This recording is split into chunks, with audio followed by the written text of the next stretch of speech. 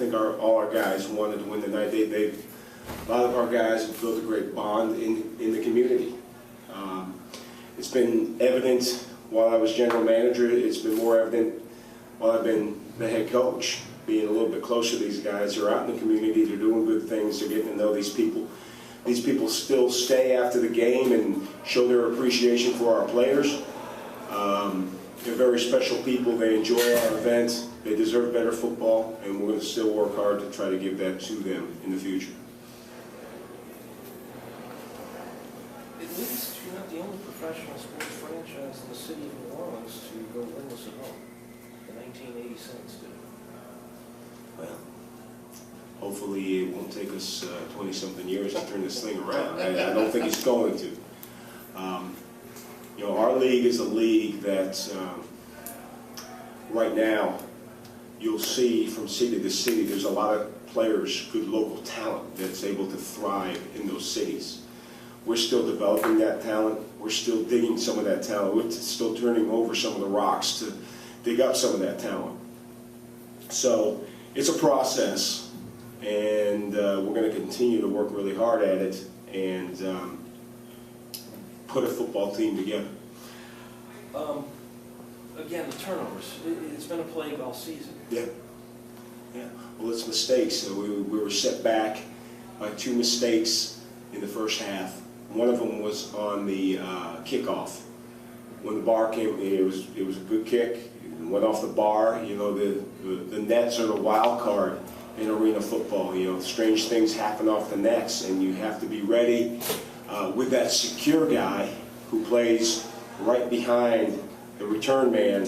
He's essentially got to dot the I in the formation, and he's got to make sure that ball is secured before he turns and blocks. Well, he turned and blocked before the ball was secured. I mean, there's a basic arena football deal there that we didn't execute on, and they managed to get the ball. And then the second one in the first half was our right tackle, who had a phenomenal game against Tampa last week, blocking some of their good people.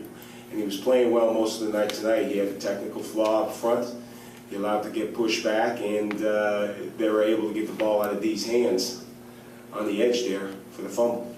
And that set us down 2 scores, and maybe we were pressing a little bit in the second. And we came out pressing a little bit. You know, we started putting the ball on the ground an awful lot. We weren't handling the ball like we were supposed to handle the ball, like we work on handling the ball. And bad things began to happen. What was it? So technically on that kickoff, it was technically Skyler, because he was the up man on that. Skyler's the up man in that, yeah. Okay. What did you say to him at the half? I mean, it was kind of like, okay, we're still not out of this, but... Well, I thought everybody, you know, I'm sure everybody for the 40, 50 plays in that first half, everybody who played in the first half had something that, you know, they'd like to get back, and you need to go get it back by making a play in the second half. And I encouraged them to go out and make plays, and maybe they pressed too much, and, you know, we put the ball on the ground.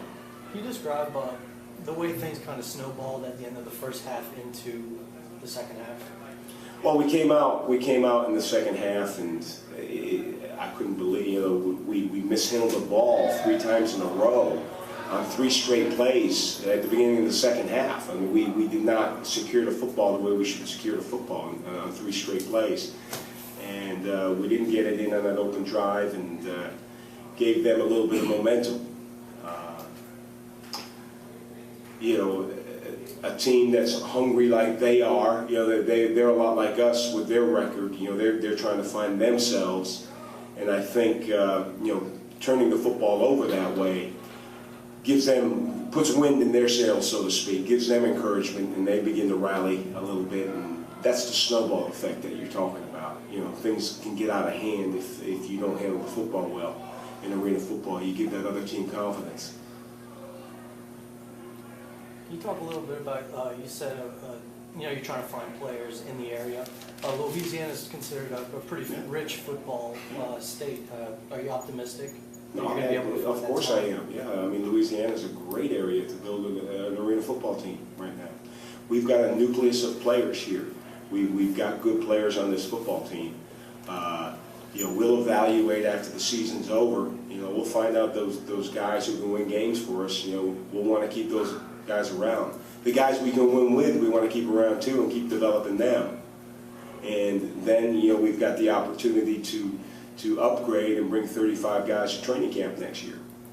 So this is a good place to play arena football. It's a great city. The fans are wonderful. Right now our football is nowhere near where it's going to be. And we're going to keep working collectively as an organization to make our football better. And these last 2 games going on the road, what are you looking for to close out the season? We're going to play 2 playoff teams. I think that's a neat dynamic right there for us. Measuring stick? Yeah, it certainly is.